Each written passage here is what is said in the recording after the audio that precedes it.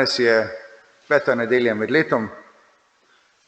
Počasi stopamo stran od božičnega časa in se že spogledujemo z postnim časom, ki se tudi približuje. Na to nas spominja tudi to, da bomo danes 2 nedelji pred pepelnico brali prvi del pastirskega pisma naših škofov, ki želijo, da se tudi za vstop v postni čas dobro pripravimo.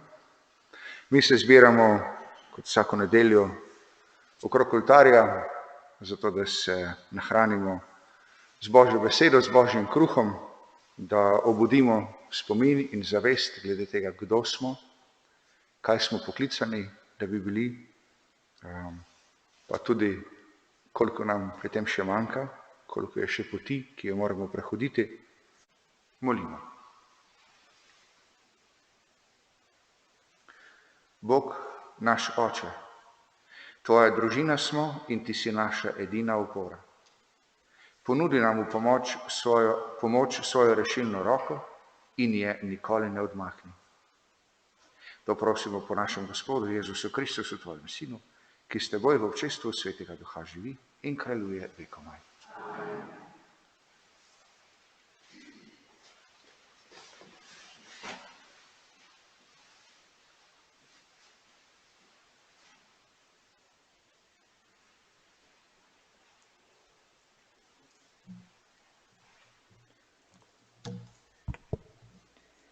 Berilo iz Jobove knjige. Job je spregovoril in rekel: Mar ni človek najemnik na zemlji in mar njegovi dnevi niso dninarjevi dnevi? Kakor hlapec hrepeni po senci, kakor dninar čaka na plačilo, tako so mi odmerjeni meseci polni gorja, dodeljene so mi noči polne trpljenja. Kadar grem spat, mislim, kdaj bom vstal. Kadar komaj pričakujem večer, se naveličan premetavam do mraka. Moji dnevi so hitrejši, kakor tkalski čolniček, minevajo brez upanja. Spomni se, da je moje življenje le dih, moje oko ne bo več videlo sreče. Božja beseda. Gospod ozdravlja potrte v srcu. Gospod ozdravlja potrte v srcu.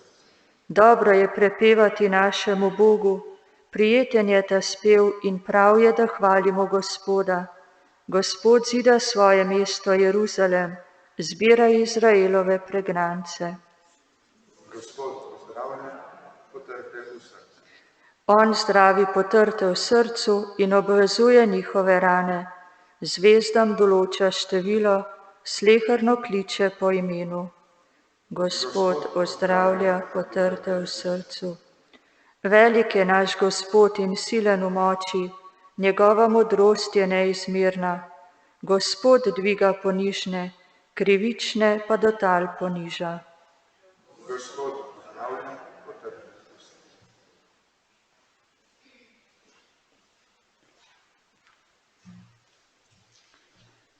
Berilo iz prvega pisma apostola Pavla Korinčanom. Bratje in sestre, če oznanjam evangelij, nimam pravice, da bi se ponašal, saj je to moja dolžnost. Kajti gorje meni, če evangelija ne bi oznanjal. Ko bi namreč to delal na lastno pobudo, bi imel plačilo. Če pa tega ne delam na lastno pobudo, mi je bilo zaupano oskrbništvo. Kaj je torej moje plačilo? To, da zastonj oznanjam evangelij in da pri tem ne izkoriščam svoje pravice, ki mi gre iz evangelija. Čeprav sem od vseh neodvisen, sem vendar postal služabnik vseh, da bi jih čim več pridobil. Slabotnim sem postal slaboten, da bi pridobil slabotne. Vsem sem postal vse, da bi jih zagotovo nekaj rešil. Vse delam zaradi evangelija, da bi bil tudi sam deležen njegovih obljub. To je Božja beseda. Aleluja. Kristus je vzel naše slabosti in nosil naše bolezni. Aleluja.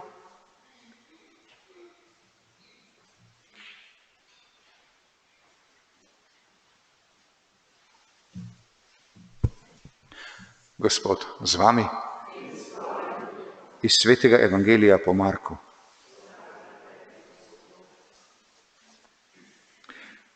Tisti čas je Jezus prišel iz shodnice in se z Jakobom in Janezom takoj napotil v Simonovo in Andrejevo hišo.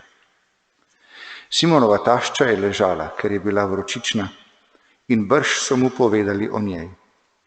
Pristopil je, jo prijel za roko in jo vzdignil. Vročica jo je pustila in ona jim je stregla. Ko pa se je zvečerilo in je sonce zašlo, so prinašali k njemu vse bolnike in obsedene. Vse mesto se je zbralo pred vrati in ozdravil je veliko bolnikov z različnimi boleznimi in izgnal veliko hudih duhov, ki pa jim ni dovolil govoriti, ker so ga poznali. Na vse zgodaj, ko je bilo še čisto temno, je vstal, se odpravil ven na samoten kraj in tam molil. Simon in njegovi tovariši so mu sledili. Ko so ga našli, so mu rekli, vsi te iščejo. Rekel jim je, pojdimo drugam, v bližnja naselja, da bom tudi tam oznanjal, kajti zato sem prišel. In prihajal je v njihove shodnice, oznanjal po vsej Galileji in izganjal hude duhove. Poslušali smo Kristusov evangelij.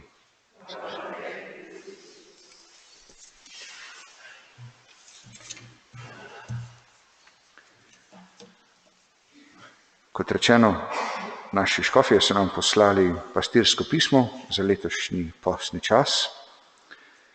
Današnji prvi del bomo slišali torej danes. Takole pravijo: drage sestre in dragi bratje, Božja beseda, ki smo ji pravkar prisluhnili, nam je še posebej blizu v teh mesecih, ko se v razmerah epidemije bojujemo za svoje zdravje ter zdravje ali celo življenje svojih bližnjih. V prvem berilu starozavezni Job v svoji bolezni ter ob nenadnem uničenju gospodarskega uspeha in družinske sreče toži zaradi krhkosti zemeljskega blagostanja in življenja. To je kakor dih, ki traje le bežen trenutek.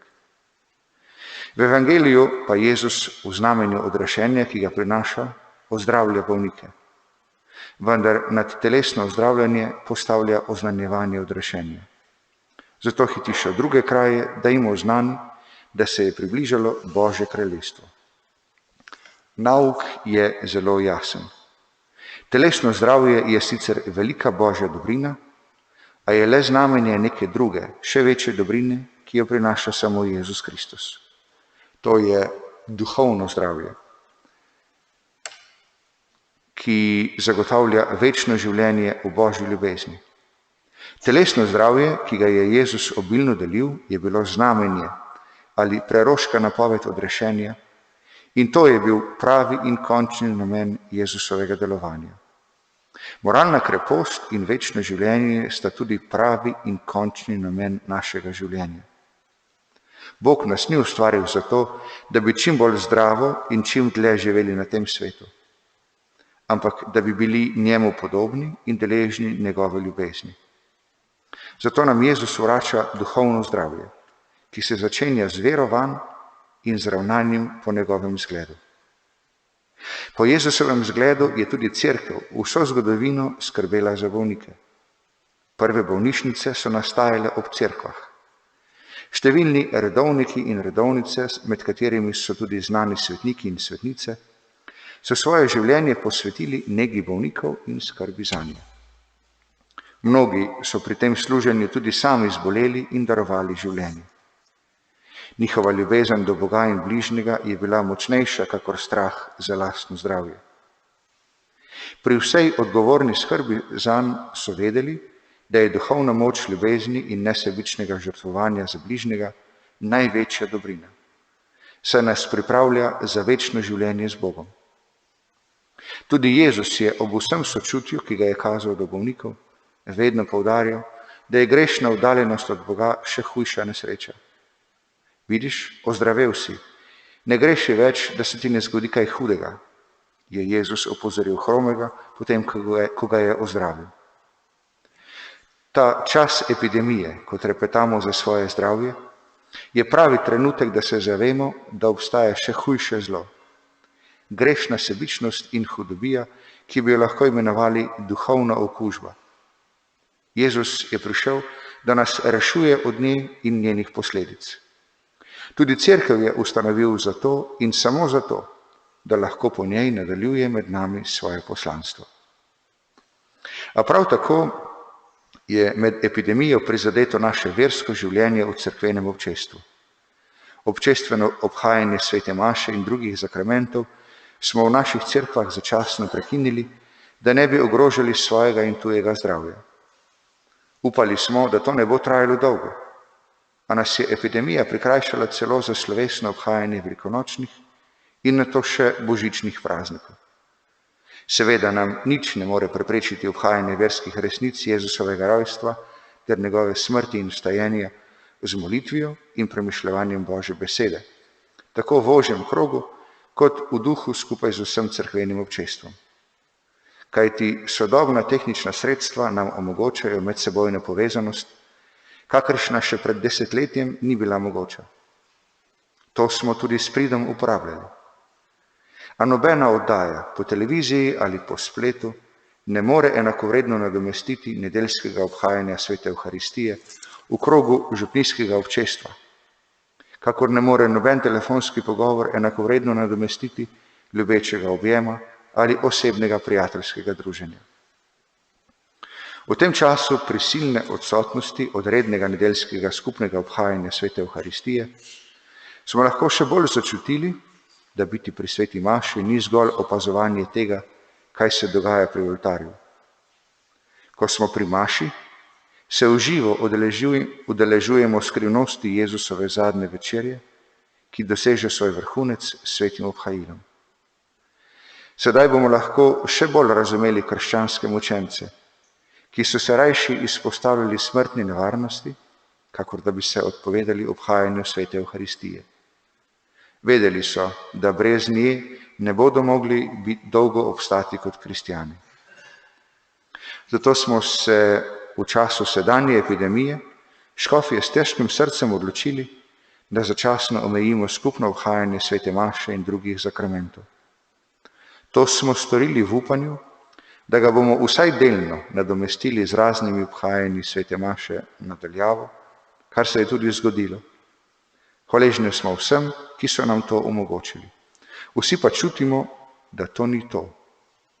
Sveta maša ni predstava, kakršne lahko spremljamo na televizijskem zaslonu. Svete maše ne opazujemo od daleč, ob kuhanju kosila ali zleknjeni na kavču, ampak se je osebno udeležujemo, ko smo dejansko navzoči v občestvu z drugimi brati in sestrami in mašnikom, ki osebno predstavlja samega Jezusa Kristusa in v njegovem imenu za nas, med nami in z nami, obnavlja Jezusovo življenjsko daritev.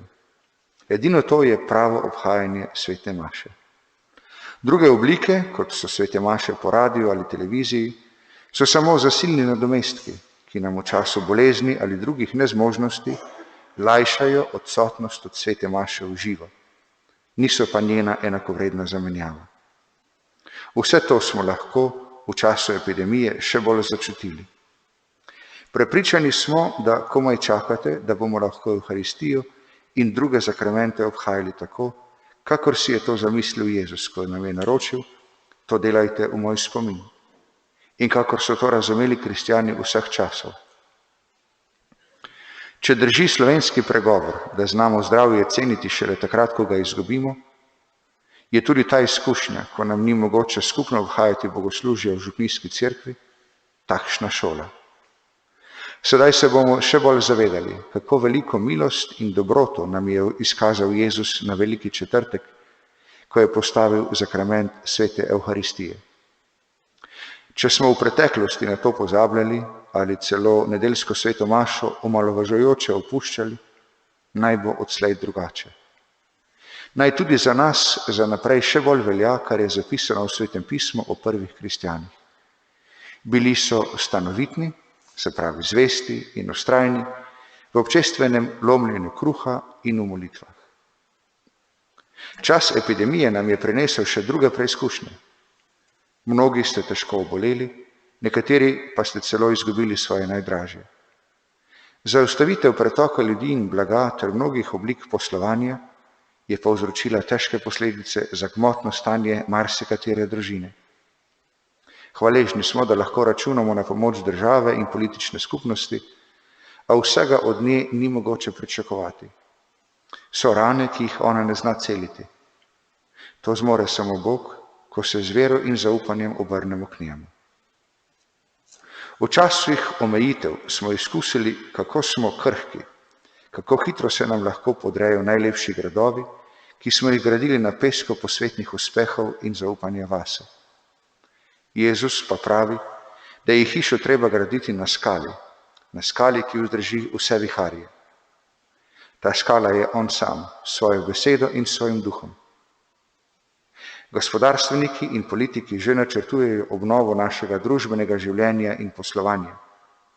Mi pa se bomo, posebno v postnem času, ki je pred nami, podali na pot obnovljene vere v Jezusa Kristusa in zvestobe njegovemu nauku v okrilju cerkve. Tako bomo utrdili hišo svojega življenja na trdni skali. Amen.